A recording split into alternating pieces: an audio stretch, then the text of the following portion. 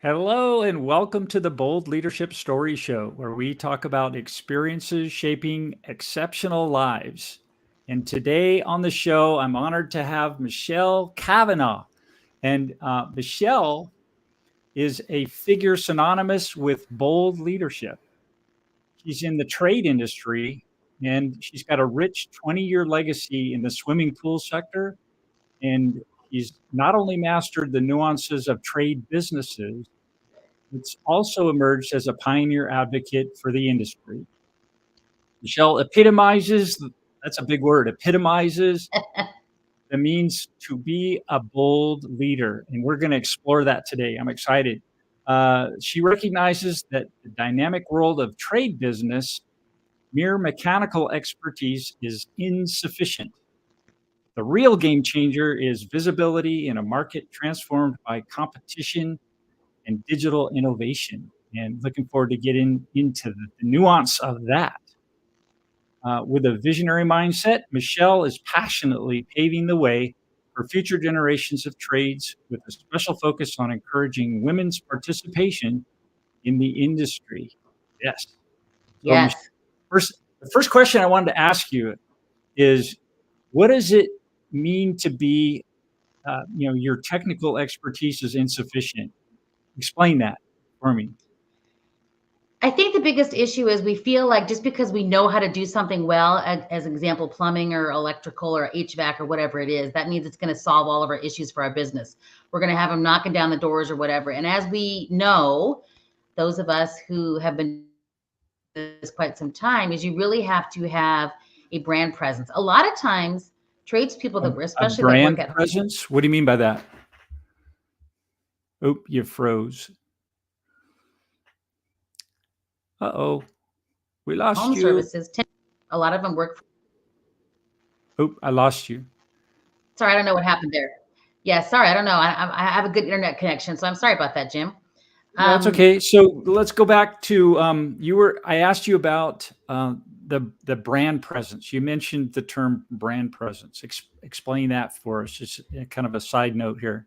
yeah, I mean, you have to be able to communicate what you do effectively to get more people in your service network or get more people as clients for your business. So just being able to show up and do a good job does work in that somebody will refer you, and that's a good thing. But you still have to have a brand presence. In today's digital world, people are going to go out and look for you. They're going to look for your Right. social media pages. They're going to try to do some research on you. They're going to look for your website.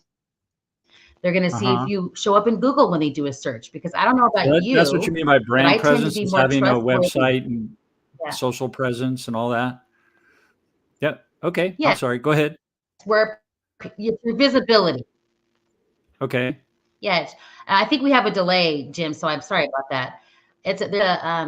It's your visibility. It's basically how you present yourself to the world, whether digitally. So it's, basically your website and your social media pages, all of that. It's also your Mhm. logo and things like that. It's how you're presenting yourself to the world. Okay. So trades. What is it? Define trades for me. That's a big term, I think. What exactly are is that world look like to somebody who's not in it? Yeah. Remember back in when we were in high school, maybe you and me, Jim, I don't know, when we were in high school, you had the technical school part of your high school where you could go and do things like auto mechanics and things like that. Yeah. That's Okay. synonymous with what trades was back in the day. Yeah, but now it's more anything related to services that like home services as things that are specialty areas that are like a vocational school, or you go through a training program like welding, HVAC, plumbing, electrician, landscaping, any kind of home service like inspections or pool service, anything like that is what we would consider Mhm. a trade. Okay. So it's been over the years, I think the trades when I was going to high school, we still had auto shop and there was a somewhat of an emphasis on learning a trade, but most of the momentum was pushing people to go to college. And I'm sensing that that's not the case anymore. Is that true?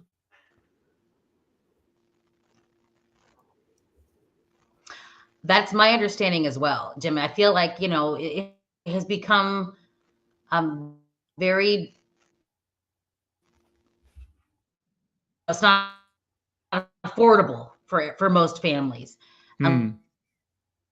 A belief system that going to college is adulthood. So I kind of like it from that perspective. But affordability is the biggest issue. And are you really trained to do anything once you get out of college? You're not really trained other than in general education. So I feel like a vocational school, you're basically training on a very specific thing that you can take out into the world, and you could probably start making money right away if you can get into, if you have the right skill set to be able to get into an employer. So that to me is a lot more valuable than getting a 4-year degree where you learned marketing or something that's very general. I was an econ major.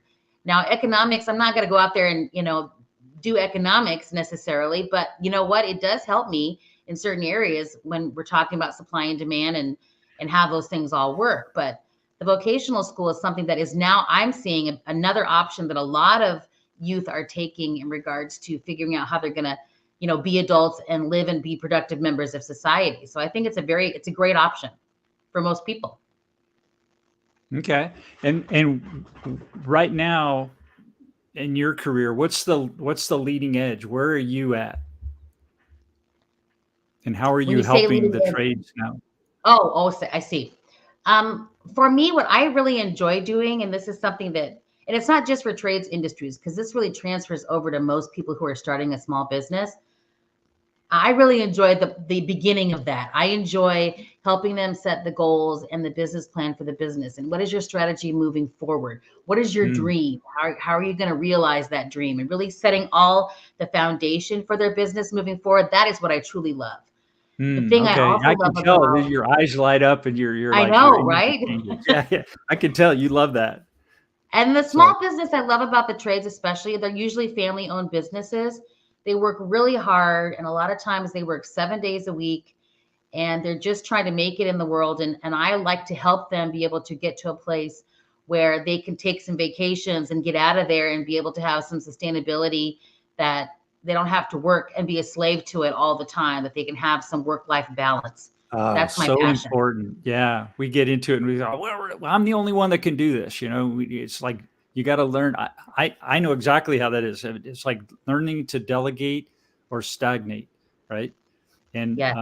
and learning how to give other people the responsibility, teach them what to do, and then give them the responsibility, and then separate yourself mentally, or you'll just get sucked into it. It's like And it'll one of my clients in the Tampa area, he's in pool service, and he just hired his first employee in October.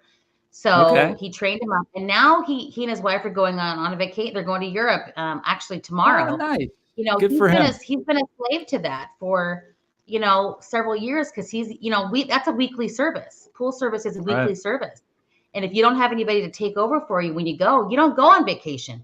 You just stay Right. there and do it. But now he's getting to go on a vacation, and he's going to try to scale to the next employee. So it's just exciting to see that happen in a business. But too, yeah, it's kind of tough because you're in a position where you're basically a solo entrepreneur, right? You've got a trade, you're doing a thing in a geographic area, and you're building a market up, and then you bring somebody in who's younger, stronger, could be faster, and maybe even smarter than you, and you're training up your competitor. How do you deal with that? That is a very good point, Jim, because that does happen, especially in pool service. Any of those types of businesses, all you need is a truck and a pole, and you can call yourself a pool service guy or gal, and then you can go out and take those. I'm a big believer that not this isn't always held up in court, and I'm not in a lawyer, so let me just say that. But I am a big believer that you provide education, and you have some sort of agreement that they, if they decide to leave after within after a year or two or whatever the terms are, they have to pay back the money that you've paid them for their employment or their education, excuse me. and that there's a non-compete in there. Now, again, a non-compete doesn't always hold up in court, so it's more of a protection thing. And for those people, like this guy hired a person, he probably is less likely to go take you to court or anything like that. But you do have to have a non-compete in there where, for the next 3 or 4 or 5 years, whatever it is, you're not going to take my clients. And a lot of the higher end clients that he has, like in the Tampa area, it's Chris who he's selling himself. So Chris is the person that they decided to do business with. So just because he hired somebody, that person isn't necessarily why they're working with pool, with the pool company. But you just never know. There's no guarantees on that. But if you help some young person work their way into the world, and even if they go start their own business at some point, you have to have the brand recognition and everything in line for your business that your customers aren't going to want to go with someone else. Yeah, exactly. Well, what I've been thinking about as you've been talking too is that, as you're bringing on brand new people and you're growing your business, you've got to take on a different role, right? You've got to, like to your point, when you first explained your passion is helping them set a vision and, set of goals and look at, where do you want to be in 5 years? Well, as you're bringing somebody on in maybe year 2, what's your vision for where you're going to be in year 5? And what I see, and what I see really, influential people doing in that world is stepping out of the day-to-day and moving more into the, like you say, the innovation and the marketing, creating a brand presence, and actually being the salesperson so that you're keeping your people busy working and you're out bringing in new business. And then eventually you can hire somebody to do that. Yeah. But you're establishing so much momentum in your market for your business that there's a disincentive for them to want to compete with you. Plus you're making money, so you're paying them well. So it's like, it'd be more work for me to go work for myself. It's just, this is a pretty comfortable deal. I'm doing it, I'm working hard, but I'm having fun and I'm doing a good job. So creating the culture, becoming as a leader, that really good person to follow and building your business that way and growing into it. But that takes you away. Doing that, I think, is a success model from what I've seen. Yes. But it takes you away from your trade. Yes. Something that maybe you love to do. Yes. So how do you deal with that? That's an interesting point, because there are a lot of people who don't enjoy managing people. They don't enjoy the managing employees. And so they just stay as, one person doing the job. And there's nothing wrong with that. If you are happy with your business and you've got a great set of clients and things are going well and you're able, you have sustainability and you have some security there's nothing wrong with that. It's just for the people who have dreams that are a little bit different, in that they really want to scale their business and they want to get to a different revenue level than what one person can do. So there's nothing wrong with either one of those strategies. But if you are going to decide to bring on employees and then scale your business, number one, you're going to have to find the right employees and train them up. And if they leave, they leave. You don't have control over other people. All you can do is be a good leader and a good boss and hope those people stay because of it. I am a big believer in rewarding your employees and giving them goals for themselves to help them professionally grow. That's important. But also you have to understand how to be a good leader. You have to go out and do your due diligence on, how am I going to be a good leader for this person? That's your responsibility. Otherwise they'll probably leave anyway, because, you gotta bring people on your team, hire somebody like Michelle to help you, grow into that position. Right. And then the other thing that I'm thinking about is maybe an exit strategy at some point. Back in the day, Jim, people used to buy their family business or take over the family business. Right. What I'm noticing for a lot of these small businesses that I work with is that the kids aren't interested. They're not interested in taking it over. So the only choice you have at that point is to either sell it to somebody else or just let it go away when you're done. But, in my guesstimation is that they decided to do this so that would be their retirement plan. And so you're going to have to sell it to somebody else. Just on a side note, if you find out that your kids are not interested, and keep in mind too that kids say that when they're young, and maybe when 10 years later, 15 years later, 20 years later, their lives, they may have a different perspective. So keep that in mind. But building business credit and having your asset to your business being your business credit is a way that, like I said, it's an asset that it helps you sell the business. So you need to be building your business credit and your business asset, if you will, separately from your personal. And you do that by, you can get it, and that helps you sell it because it's an asset. Like I said, it's all those things are assets to the company. Any lines of credit, things like that you have for the business that are in the business EIN number versus your social security number are actually assets. So that's a good thing. If you're thinking about selling the business, you need to have a plan to sell the business. There is a plan in place to make it look really good when you're ready to sell so that you can use that for retirement. That's a whole nother conversation, but that, yes, you're right about that. Yeah, that's an area that fascinates me. It's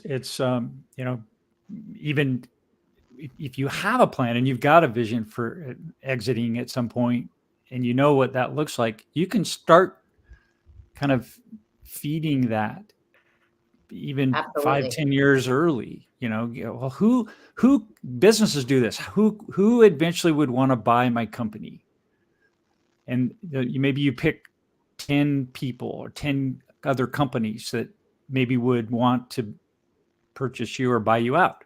So then you can start talking to them like now, getting introduced so they get to know who you are. Because just like anything else, people do business with people they know, like, and trust, right? Yes. So and buying a business is a big deal, and trust is huge because so many people, they fudge numbers. It's like, oh, well, yeah, we're doing this much, and you doing your due diligence, and you're like, nah, maybe not. When you're looking at buying the company, it's like, no, this is not right.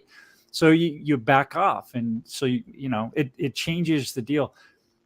So having that intent as early as possible, I think is an advantage as a business owner. 100%. Your balance sheet says a lot about you, and people that are into, looking at financial reports understand a lot about you just by looking at your balance sheet and your income statement. So if to you, it may not look like anything, but they know what they're doing when they look at it. So, having even someone advise you in that area, if you're 10 years away from retirement, I would be talking to someone about, okay, I've got 10 years. This is what I want to accomplish. And how do I go forward to be able to do that? So that's an important thing to do. I'm a big believer that we can't all be experts in everything, and you need to hire the experts who know what they're doing, depending on what you have in your business. It could be website development or marketing or, accounting or a CPA or tax law or whatever it might be, retirement, setting yourself up for retirement, any of those types of things. Go out and hire somebody who knows what they're talking about and make sure that you are in the, the path that you want to be on. Yeah, absolutely. I remember my father-in-law, ex-father-in-law, he's passed away now, but he was a veterinarian and small animal veterinarian, went to Missouri State, and it's a very, very prestigious US-based veterinary college. He did really well in his career, but towards the end, he started, seeing this just like you said, and he figured, he talked to people and they said, in order for you to exit your business and get it sold, you're going to have to do these things. And one of the big things that he did was he expanded his practice. He acquired the unit. He was in a strip mall and he acquired the unit next to his, and he built a whole new clinic in there for exotic animals. Oh, wow. Because his demographic where he lived supported that. And they, I guess, needed it. So he built that up, and over a couple of years, it became really valuable. And then he sold it to Veterinary Corporations of America, VCA, and because they've been buying up so single proprietary veterinarian practices left and right, and so he caught that wave and did really well. Worked out great. Yeah, so smart. It's working smart like that. Yes. But he took a risk. All learning that, right? All of us. Yeah. So it was fun to see him. It's like, yeah, go, baby. It's fun. So what's your background? How did you get involved with this? You went to college, you were an econ major. Yeah. How did that evolve into this? You know, it's interesting that you say that. A lot of young people, including myself at the time, I didn't know what I wanted to do for a living. I didn't have a very clear path of what I wanted to do. Nothing stood out to me as really wanting to do. So I go to college, I do what everybody else does. I just get out of high school. Well, I'll do 4 more years of schooling and it'll come to me. No, it didn't come to me. So I love statistics, I love math, and I love social science. So econ Okay. was the perfect thing for me. So You get were out of you kind of a nerd? I was a math major. I almost became a math teacher because I loved Okay. math. Okay. Thank goodness I didn't, because I'm not sure I would be happy, because math is a hard thing to teach. And if some people just don't get it, then you're Yeah, never. like me. Yeah.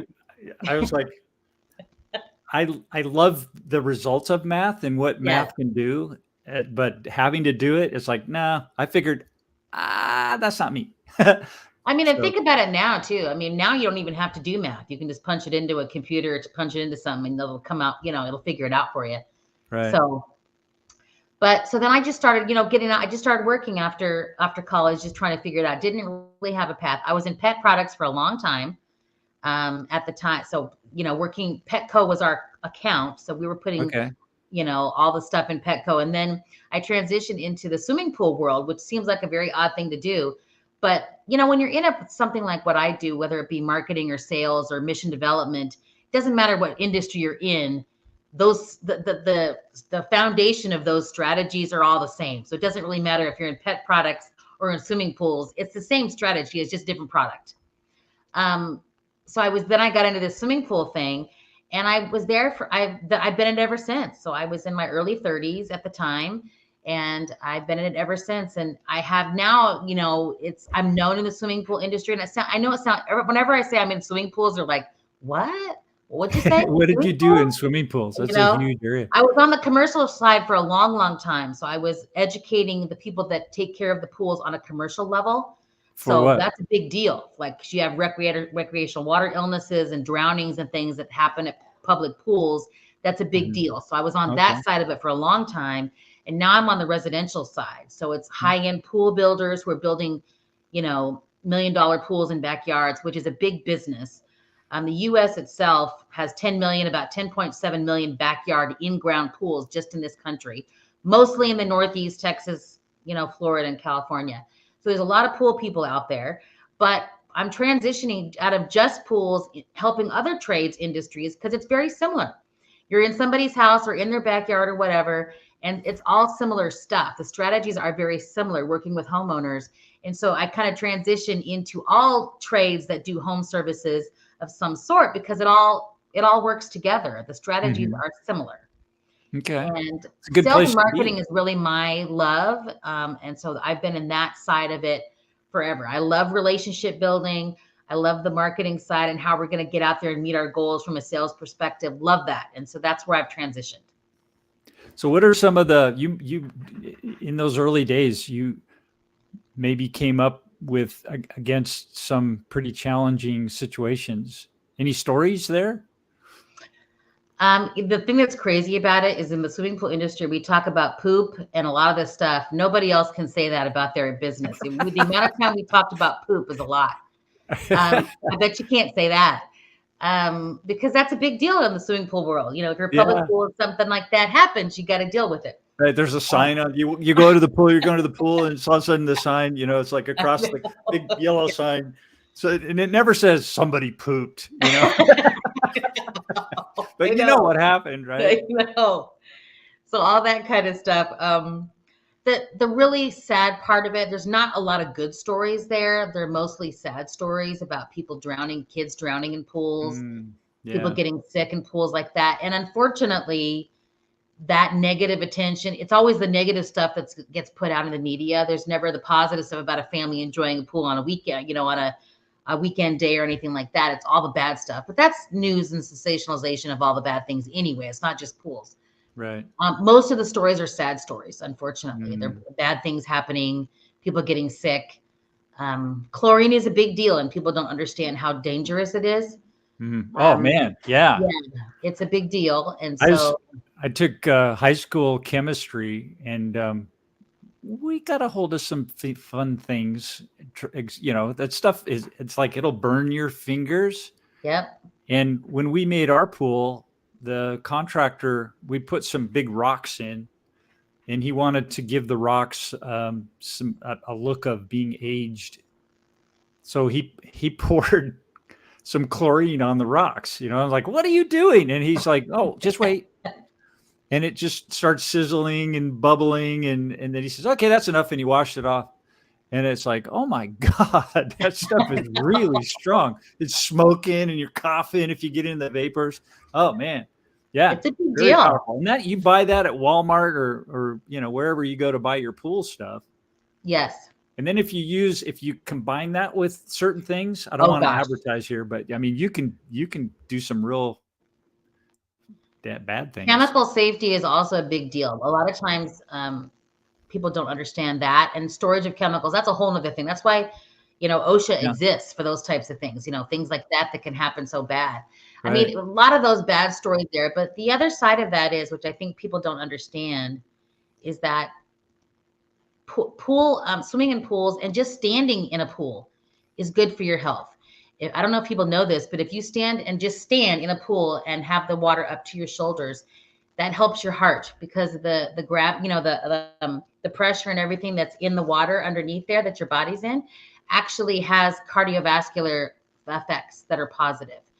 Hot water, soaking in hot water has a lot of cardiovascular effects that are really, really positive for your body as well. So, and also people that have issues with joints and things like that, especially when they do land exercise, being in a pool is really, really good for people because it takes off that pressure from your joints.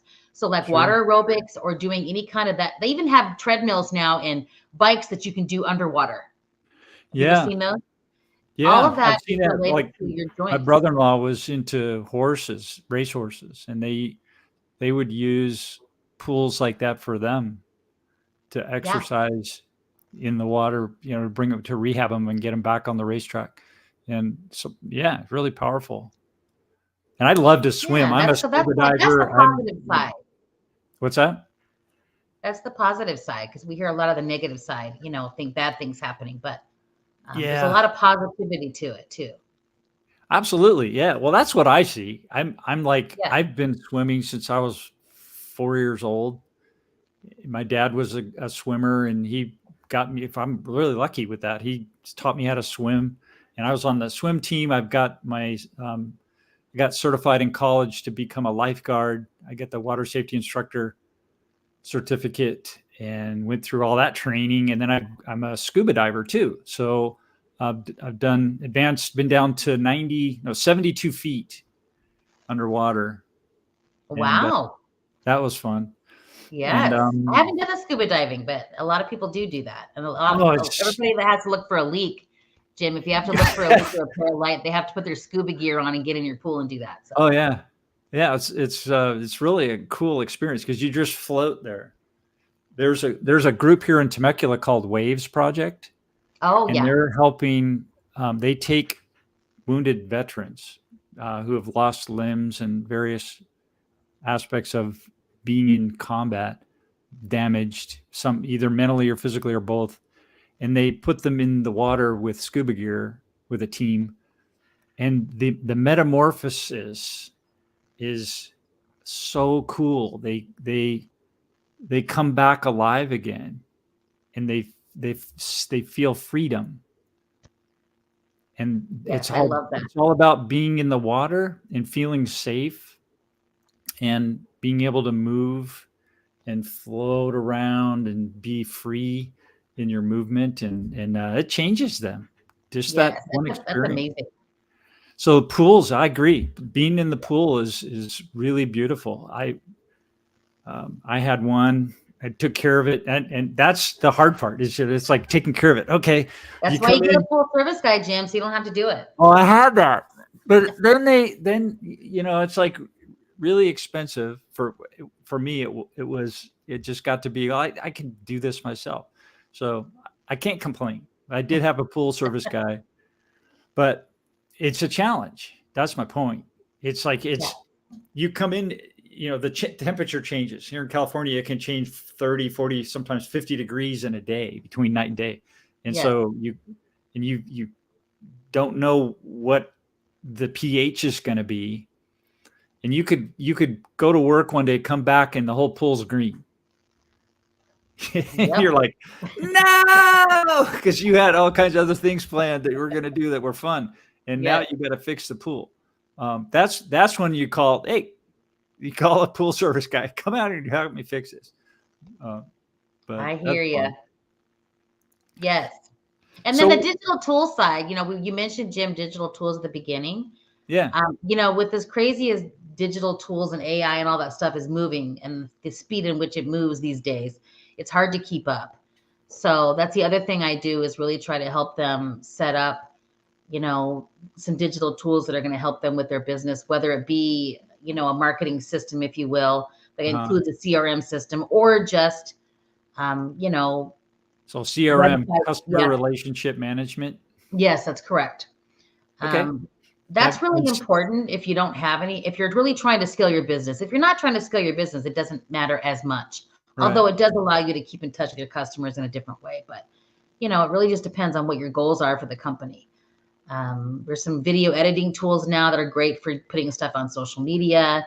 There's, little tools you can just use. Which video editing do you use?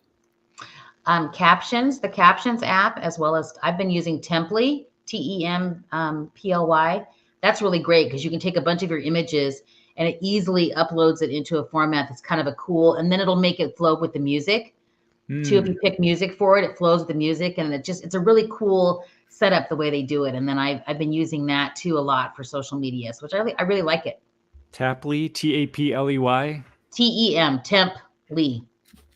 TEMPLY, yes. TEMPLY. Yes. Okay. Cool. And then the Captions app is something that you've probably heard of. That's something that's used a lot. It puts captions on your videos, which is a good thing for social media. So. Yeah, absolutely. So, what's next for you? What's your big focus right now? Where do you want to be in 5 years? Yeah, I'm trying to transition into, like I said, all the trades. I would love to, and if you're listening and you have any access to this, contact me. But I would love to move into a vocational setting. My goal is to try to get more women into the trades industry, and girls especially, and help them on a vocational setting. So if I could partner with some vocational schools to help them with a path moving forward in the trades industry for men and women, not just women, but both of them, for young people who are looking for a path after high school, who are choosing not to go to college and really want a path, apprenticeships, and trying to get them into the trades. I would love to be the liaison between the trade school or the high school and the trades industry. And that's really my path moving forward, is I want to move into that space. So I'm excited about that. And, I've got some people around me that are going to help me reach those goals. Awesome. So I'm putting a banner up. For those of you watching, I'm new at this broadcasting live, so I'm experimenting. And Michelle's done this many times, so I'm learning some things. So Michelle, help me with the banner. I want to put a banner up. I've got Michelle Kavanaugh. Oh gosh, you're expecting me to help you? I haven't done a StreamYard live before. Okay. Well, I'm going to put a banner up. So what's your phone number? 719. Is that, if that's what you want them to use to get back in touch with you, or do you want to? No, I actually would like them to go to my digital business card, because then they can schedule a call with me, or they can schedule an appointment with me. Okay. So help me figure out what should I put up here on the banner? Yeah. So it should be mkbizcard.net. So mkbizcard.net is my digital business card, where they can set up an appointment with me, or schedule, or they can text me or call me, anything like that. Okay. So do you have to type that in? There you go. I just put it up. Look at you. So you want to get a hold of Michelle, that's where you go. Yes, that's where you go. Awesome. This is fun. Yeah. So we've got, let's see, somebody's watching. We've got, huh, um, let's see, where can we go with this conversation? We've got you from college, we've got you in the trades, and then we can talk about, you transition from being in contractors and working with pools into doing what you're doing now. Yeah. So what's been the most challenging thing for you so far, and how long have you been doing it? For anybody out there that is thinking about starting their own business, it seems to be a trend since COVID happened. A lot of people wanted to work from home, and so I've seen a lot of people start their own businesses just in the last maybe 4 years or something like that. So it's happening Right. a lot, especially with the young people. I feel like they're saying, I want to do something different than what my parents did, or what going with the trend of starting a business and being an entrepreneur.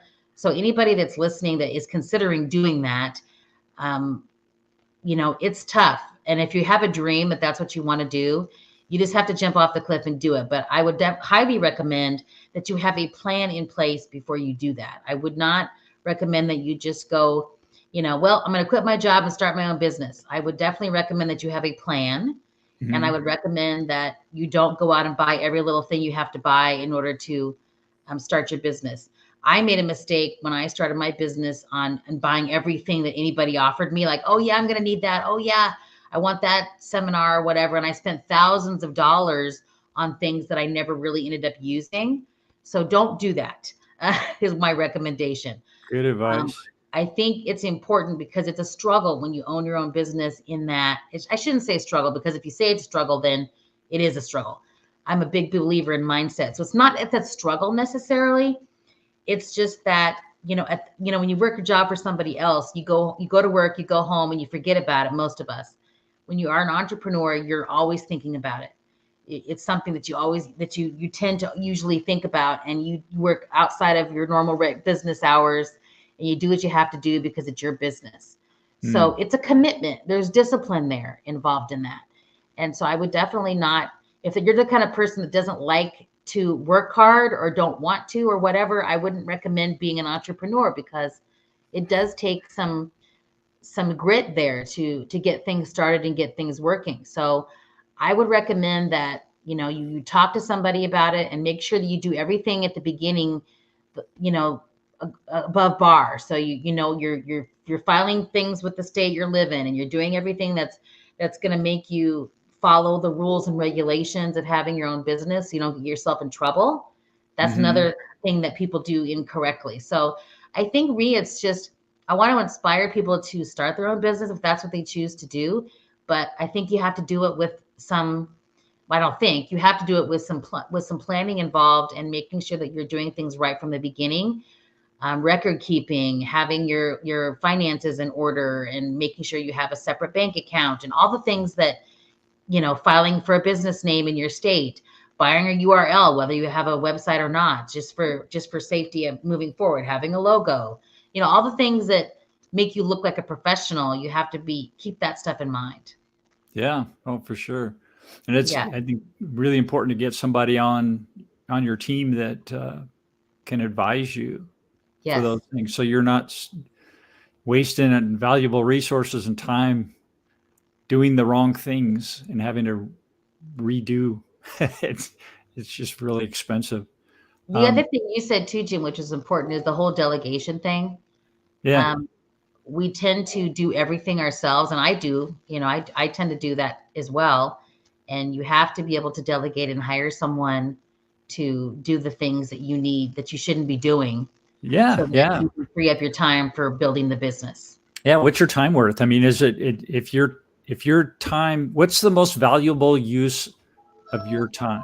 As that's what you always have to ask yourself that. And if you're doing something that you could pay someone a lot less than you to do, Yes, then that's when you start going, well, maybe I need to delegate this, because I could be spending this time out making that money, that better money, right? So, agreed. um, 100% agreed. I've got your website up here. We can pull that up. Is that? Yeah. Yeah, that's my new website, designed, by the way, by the wonderful Jill Walls. If you know Jill, she designed my website for me. Yeah, it's beautiful. Tools for the Trades is my new brand, and that is something that I'm moving forward with for all trades. And so this is my new website. Okay, so you've got about, so we can learn about Michelle. Yes. Very You cool. can also schedule a call with me or set up an appointment on my website. So yes, you can fill out that form if you're interested on learning more. And again, when I do a phone call too, Jim, it's a free phone call at first. I just try to see what your concerns are. Where's your struggle? What are you Right. struggling with in your business? And if there's a way that I can work together based on that, I will let you know. And if it's not a good fit, I will also say that. I'm not trying to get money from people if it doesn't make sense. So that's not who I am as a person. So I'm just really trying to find those people that I can work with that it makes sense. Sure. And I can really help them. Oh, that's really important. Yeah, finding Yeah. there's got to be a good fit. It's a great picture. Yeah. We help small businesses think big. I love that. Yes. So you have lead gen tools. So that's the digital business card. That's a picture of the digital business card right So what there. is exactly a digital business card? What does that do for you? Yeah, I shouldn't even say the word. I shouldn't even say digital business card, because really it's a marketing system. It's not a digital business card. It's a system that allows you to easily connect with people who are potential customers. They can Mhm. easily, engage with you, if you will, and then you can communicate with them through that as well. So it's really a marketing system. So if you do a lot of networking or you're out talking to people and then you're like, oh yeah, well, you should contact me here. Just scan this QR code on my phone. They have your contact information automatically in their phone. They can save it into their contacts, and then you can communicate with them through that. And then they can set up a time to speak with you. You can send them text messages. You can send them emails through there. They can call you through the system.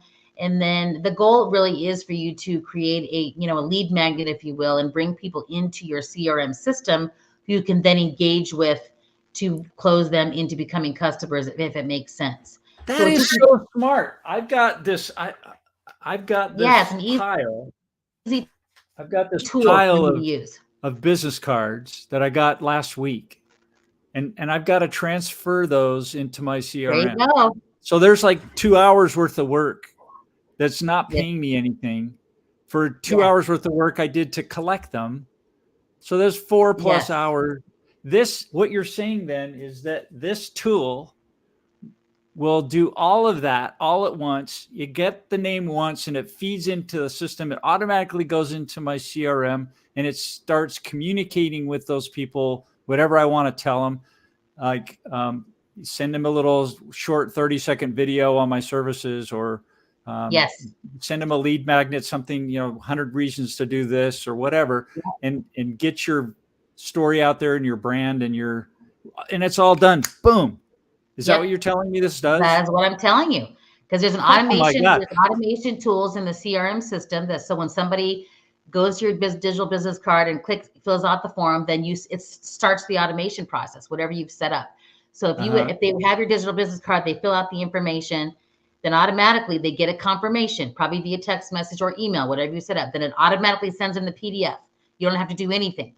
They can schedule an appointment with you automatically. You don't have to do anything. And then you can start regular communication through the automation system. And you don't have, that's without you lifting a finger, Jim. Wow. That is so cool. I know, right? My career, oh my gosh, that saves so much time. Yes. I could have had 3 careers if these And tools because we have a mutual friend named Ken, Jim, then you can connect with Ken and he will help you out with that all day long. Awesome. Well, not all day long, but I know he's a busy guy. Well, Ken, Ken is he's a very well-known entrepreneur. Yes. Yeah. So one system, so many customers. So this is the same system? Yes, that's the digital business. That's the CRM system. That's the tool that is just amazing. Okay, so email And then promotion. once you have a Go High Level account, which is the CRM system that you use in that, Uh-huh. There's so many other things you can do. You can do blogs through there. You can create websites. You can do sales funnels. You can do, I mean, there's an endless amount of things you can do in that system once you have an account. Uh-huh. The just communicating with customers is a small portion of it. You can do emailing through there. You can do your social media planning through there. You can do everything through that one system. Amazing. Yeah. And how long have you been using this? About a year. Okay, so you've got some good experience then. Yeah.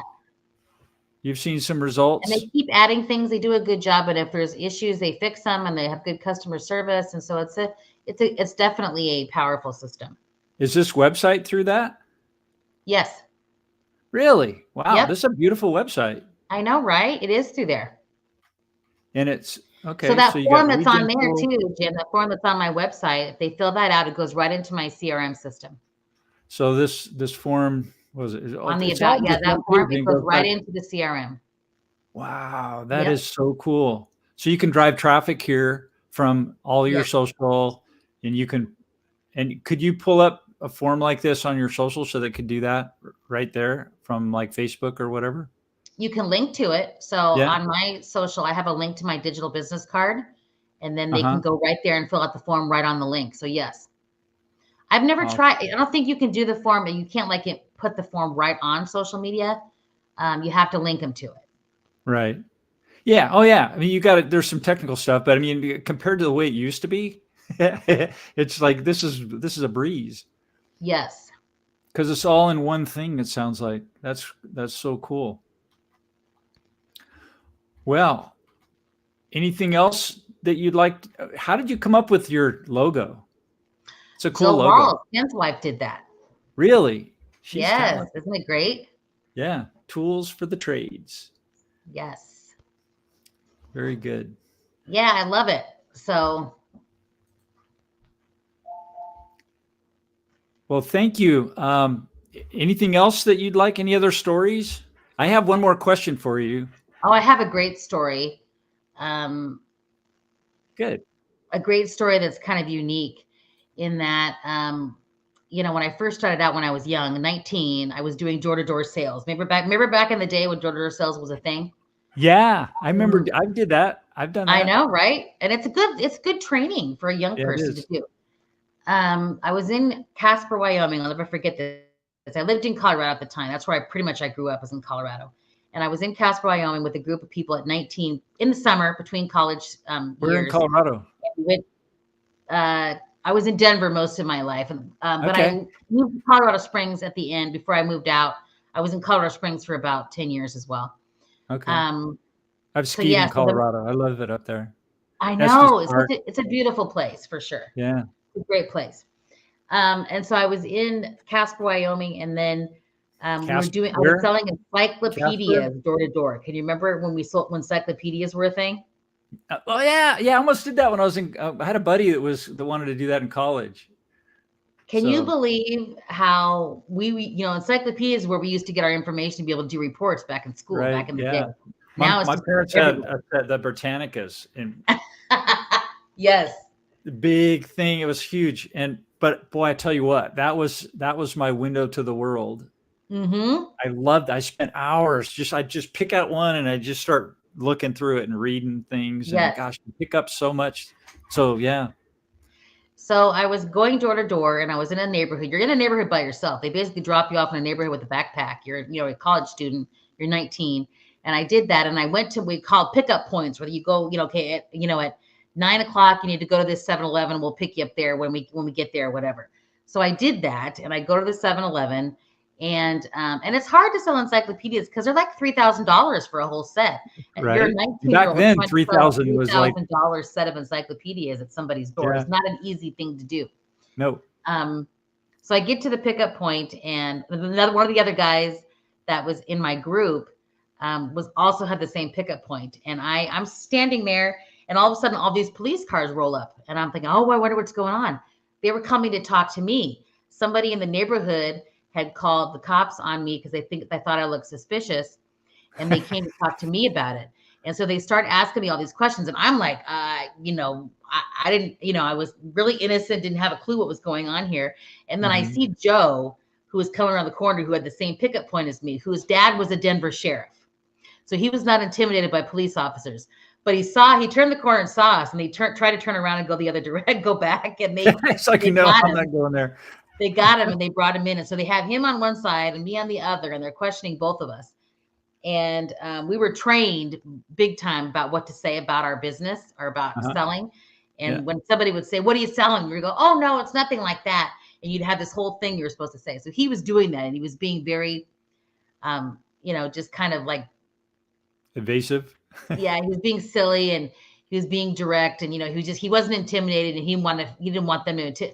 So they put him in handcuffs, and they put him in the car, and then they come over and they put me in handcuffs and put me in the car, and they take us both down to the police station in Casper, and they booked us, and we stayed the entire weekend in jail in Casper, Wyoming, for selling encyclopedias. And then they dropped the charges. Make the front page? Did you make the front page of the? I said the Casper Gazette. I'm probably still up on the board. Then they dropped the charges on Sunday evening and let us go. I think they just wanted us to be in there for the weekend to teach us a lesson, especially him. And I think because he was African American, that they thought they should take me too, because they didn't want to be charged with racism, right? Which was very interesting. And so I think they took us both. But I was like, it was the strangest thing. And it's like, the reason I bring it up is because that's a scary situation that would have kept me from moving forward in something. I was 19 years old. I didn't know anything about anything. I had to call my mom from jail in Casper, Wyoming. It's like, selling encyclopedias. But don't let things like that, like a bump in the road or something like that, which is just the craziest thing you've ever heard. Don't let anything like that discourage you from trying to move forward and meet your dreams. Because all of us in our businesses, or even just, whoever you work for, we all have those things that happen. We all have the days where things don't go well. We all have days where we mess up. We all have days where our boss is a jerk sometimes. It's like, that's just how it goes. And so that's one of those things that could have really turned me on a different path. They're like, oh, that was a scary thing, and I'm gonna let this fear overrun me. And that's something that you should not do. I mean, that's something that I would recommend. Being a young person who's now an older person understands that it could have gone down a very different path if I thought that I wasn't good enough or couldn't do this, or it was a scary thing, or that, and I didn't let that happen, thank goodness. And I just think for all of you out there who are thinking that, I'm not right for this, or I can't do this, it's too overwhelming, or it's too much of a goal, or it's something I can't accomplish. That's true because that's what you think, but it's not really true. That fear is really just something that it's an expectation that you're making a reality. It's not really the truth. It's just a thought process. So that was a story I just wanted to share to say, live your dreams. And don't let it hold you back. Very good. Very well said. Yeah. Yeah. So true. And it's true when you're young, and also when you're older, like me, or almost as old as dirt, like me. Not quite yet, but getting there. So, but it's important to have that vision. And like you said, you help people create it, because when you hit the bumps, and you want to be able to just roll over them and move on, because they're going to happen. So awesome. Thank you for sharing that.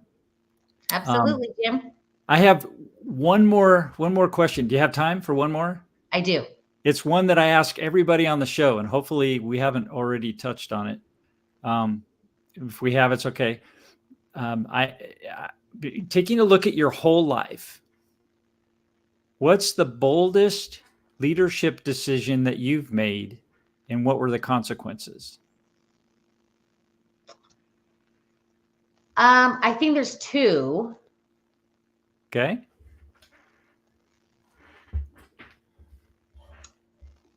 I don't know how. Well, I would say that